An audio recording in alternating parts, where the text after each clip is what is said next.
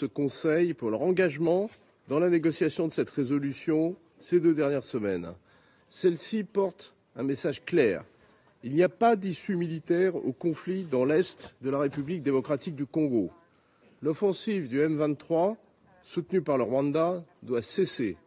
La priorité va à la conclusion d'un accord de cessez-le-feu effectif, inconditionnel et immédiat. Un retour au dialogue est urgent avec l'appui des médiations régionales. La souveraineté et l'intégrité territoriale de la République démocratique du Congo doivent être respectées. Les forces rwandaises doivent se retirer sans délai du territoire congolais, comme l'ont déjà déclaré le secrétaire général des Nations Unies et les membres de ce Conseil. La MONUSCO doit pouvoir mettre en œuvre son mandat pour le bien des populations civiles, sans être entravée dans ses actions ou sa liberté de mouvement. Cette résolution rappelle enfin le rôle clé des processus de Luanda et Nairobi en vue de trouver une solution politique durable qui passe par le retrait complet des forces rwandaises et le démantèlement des FDLR. Monsieur le Président, avec près d'1 million de déplacés et des milliers de morts et de terribles exactions, les populations civiles paient un lourd tribut du fait de l'escalade de ce conflit qui n'a que trop duré. Le M23 poursuit ses avancées dans le sud Kivu au risque de déclencher une guerre régionale. Il est grand temps que le Conseil s'exprime avec clarté pour favoriser une cessation des hostilités et les conditions nécessaires à une désescalade, en complémentarité avec les initiatives régionales que la France soutient. Plusieurs pays de la région se sont exprimés mercredi pour se joindre à cet appel. Pour terminer, je me félicite que le Conseil de sécurité se soit montré à la hauteur de cette responsabilité. Il est regrettable de cette responsabilité. Je vous remercie. Les négociations sur cette résolution qui est le reflet de la situation qui prévaut en RDC. Il s'agit d'une première étape vers la reddition de comptes pour le M23 et pour la progression des forces rwandaises. Cette semaine, nous avons décrété des sanctions contre James Kabarebe, le ministre d'État chargé de l'intégration régionale, et Lawrence Kanyuka Kingston, porte-parole du M23 AFC, ainsi que 2 sociétés détenues par M. Kanyuka.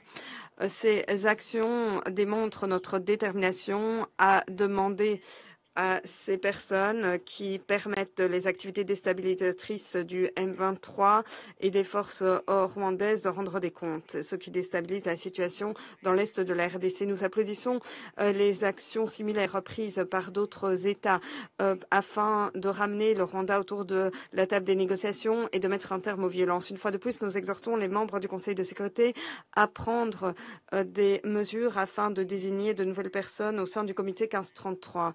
Nous appuyons les processus pilotés par l'Union africaine ou par l'Afrique afin de régler la crise dans l'est de la RDC, car les acteurs africains ont tout intérêt à éviter un embrasement de la région des Grands Lacs.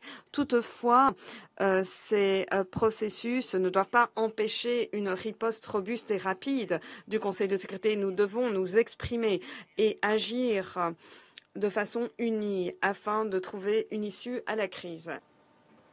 Le Royaume-Uni remercie la délégation de la France, délégation porte-plume, pour ses efforts et nous remercions également tous les membres du Conseil d'avoir contribué à l'adoption de cette résolution importante. Nous soutenons pleinement ce texte. Nous espérons que cette résolution contribuera de façon positive aux efforts diplomatiques dans la région, notamment le sommet de la CEA et de la SADC qui a récemment eu lieu. Nous espérons que cela permettra de mettre un terme au conflit. Nos ministres ne ménagent aucun effort pour soutenir un dénouement politique au conflit, car il n'y a pas d'issue militaire. Monsieur le Président, les violations auxquelles nous avons assisté ces dernières semaines dans l'est de la RDC sont absolument inacceptables. Cette résolution, aujourd'hui, envoie un message clair. Ces violations doivent cesser. Toutes les parties doivent s'engager sur la voie du processus politique dirigé par l'Afrique. Cette résolution stipule que nous avons besoin d'un cessez-le-feu, ainsi que du retrait du M23 des villes de Goma et de Bukavu. Nous exhortons fortement le M23 à cesser immédiatement les hostilités. Aucun État membre ne doit faire obstacle à cette résolution. La résolution stipule également que le droit international humanitaire doit être respecté et qu'il faut également respecter le mandat de la MONUSCO.